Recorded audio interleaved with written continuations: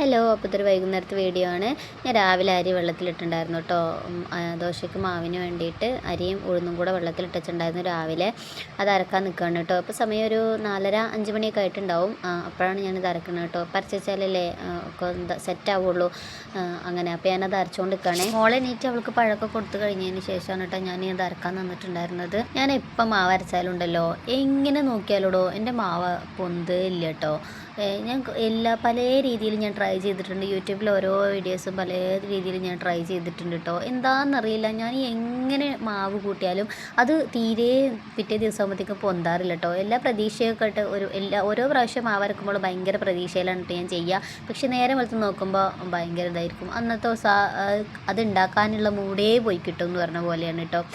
അങ്ങനെ ഉണ്ടെങ്കിൽ ആരെങ്കിലുമൊക്കെ ഉണ്ടെങ്കിൽ പറയണേ, എന്തെങ്കിലുമൊക്കെ ടിപ്സ് ഉണ്ടെങ്കിൽ പറയണേ. കുറേ ടിപ്സ് ഞാൻ നോക്കിയിരിക്കുന്നു കേട്ടോ.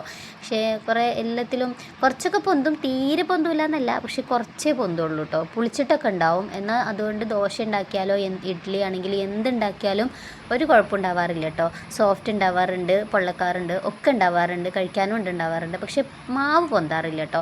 എന്നാൽ ഞാൻ പ്രതീക്ഷയിൽ ഇതേപോലെ കനമുള്ളത് എന്തെങ്കിലുമൊക്കെ വെച്ച് കൊടുത്തിട്ടൊക്കെയാണ് കേട്ടോ വെക്കുക. അഥവാ പൊന്തിയാലോ എന്ന് വിചാരിച്ചിട്ട്. അങ്ങനെ അതൊക്കെ കഴിഞ്ഞ് കോഴിനൊക്കെ കൂട്ടിലാക്കി ഉണ്ടായിരുന്നു കേട്ടോ ഞാൻ. അപ്പോഴാണ് ഓർത്തെ അവക്കാടോ ഉണ്ടായിരുന്നു കേട്ടോ. കഴിഞ്ഞ ദിവസം കാക്കു കൊടുന്നതാണ്. അപ്പോൾ അത് ഇനി ഇരുന്നിട്ടുണ്ടെങ്കിൽ ചിലപ്പോൾ അത് നാശമായി പോവും.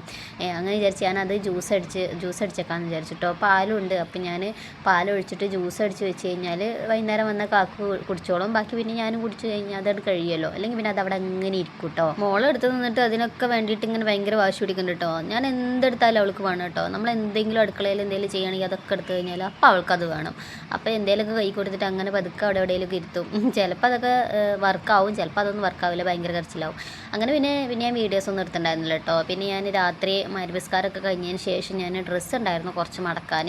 കുറച്ച് അധികം ഉണ്ടായിരുന്നു. 2 ദിവസം നല്ല വെയിലല്ലായിരുന്നു. അപ്പോൾ കഴിഞ്ഞ ദിവസത്തെ ഉണങ്ങാത്തതൊക്കെ ഉണ്ടായിരുന്നു, മേലെയും താഴെയൊക്കെ ആയിട്ട് കിടക്കുന്നുണ്ടായിരുന്നു. അതൊക്കെ നല്ലോണം ഒന്ന് ഉണങ്ങി കിട്ടിയിട്ടുണ്ട്.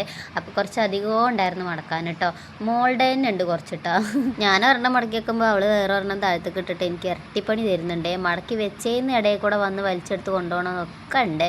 എന്തായാലും അങ്ങനെയൊക്കെ ആയിട്ട് അങ്ങനെ ഒരു വിധത്തിൽ ഞാൻ മടക്കി വെച്ചിട്ടുണ്ട്. ഇടയിൽ വന്നിട്ട് ഓരോന്ന് വലിച്ചുണ്ടാവാൻ നോക്കുന്നൊക്കെ ഉണ്ട്. പക്ഷെ ഞാൻ വിടുമോ, ഞാൻ പിന്നാലെ പോയി പിടിച്ചു. അങ്ങനെ കുറച്ച് നേരത്തെ യുദ്ധത്തിന് ശേഷം മടക്കിലൊക്കെ കഴിഞ്ഞിട്ടുണ്ട്. അതൊക്കെ ഒരു ഭാഗത്താക്കിട്ടോ. അതൊക്കെ കഴിഞ്ഞപ്പോഴത്തേക്കും കാക്കു വന്നിട്ടുണ്ടായിരുന്നു കേട്ടോ.